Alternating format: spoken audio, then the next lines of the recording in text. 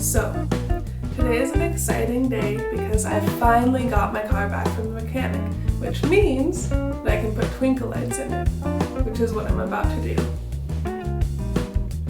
After this cat gets off of my lap, because let's be honest, cats get priority.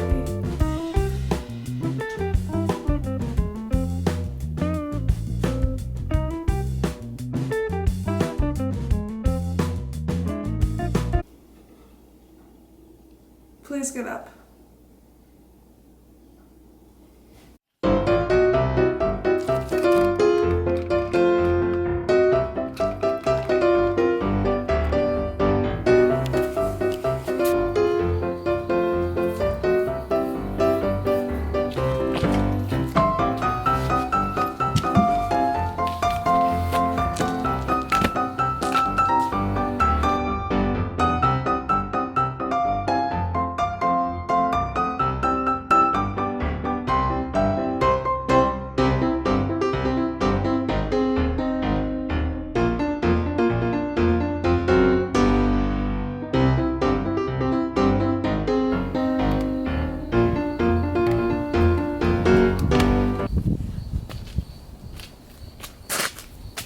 So it's a little bit too bright out to see the twinkle lights working in action, but they work. And this is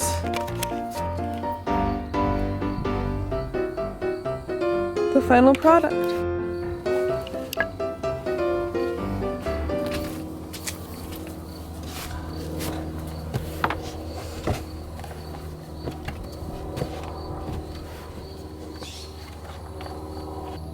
Perfect.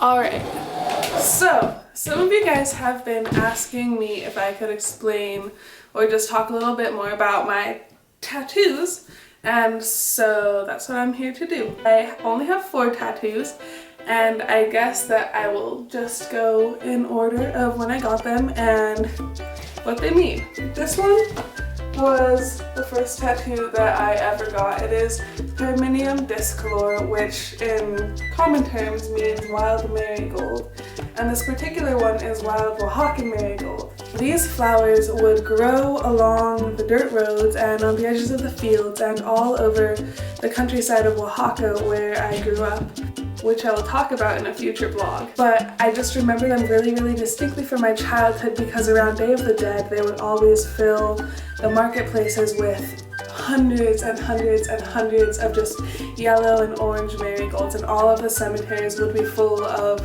marigolds, and the smell of marigolds was so just good.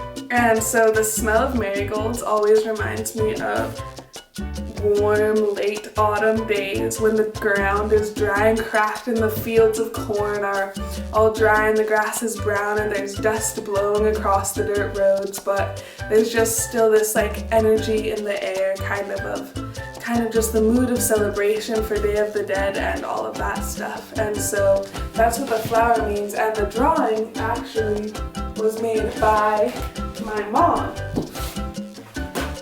who is a botanist.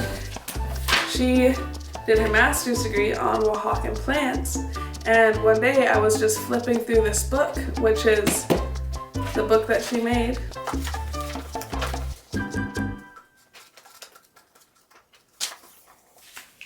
And I found this drawing, so now it's on my skin forever. I got this tattoo last May, so just over a year ago. And the second tattoo I ever got was this one. I got this one last winter in Portland, and some of you guys maybe recognize it, but for those of you that don't, it is actually the movement spell from Howl's Moving Castle, which is a Hayao Miyazaki movie. Hayao Miyazaki is one of my absolute all-time favorite artists, favorite creators. All of his movies and all of Studio Ghibli's movies in general are just so imaginative and so creative and so beautifully, beautifully done, and they all have such strong, badass female characters. So I really wanted to get a tattoo from one of those movies. This one was the symbol that just kind of like resonated with me the most out of all of those. So that's tattoo number 2. Now for my most recent and biggest tattoos, I have these. And these ones are probably the least thought out tattoos that I got. I follow this artist called Rachel Urukuhai. I don't know how to pronounce her last name, but she's under Rach Ponygold on Instagram, and she does really good artwork. And she had this page of just kind of like doodles and sketches and drawings and stuff, and there were these 2 bugs, which is what the design for these are based on. Inspired by Rach Ponygold's drawing, I made this sketch, and this is the sketch that I took to Max, my tattoo artist, and somehow, miraculously, he turned this into these. So he's a great tattoo artist. I'm super happy with how they turned out. Yeah. So there it is. He added the shading and the colors, and he added symbols for the plutonic elements of earth and fire, and he added these little designs down here as well, kind of just for fun. These are definitely my favorite tattoos. It's a good thing because they're the biggest. So I said, when's your next availability? And he said, oh, in a week. And so a week later, I went in and just got them. They don't really have any big significance or story except that they're beautiful and they're art, and I want my body to be a canvas, so there they are. That's the story. Hope you learned something. Anyways, there you have it. Bugs, spell of movement, flower from my childhood.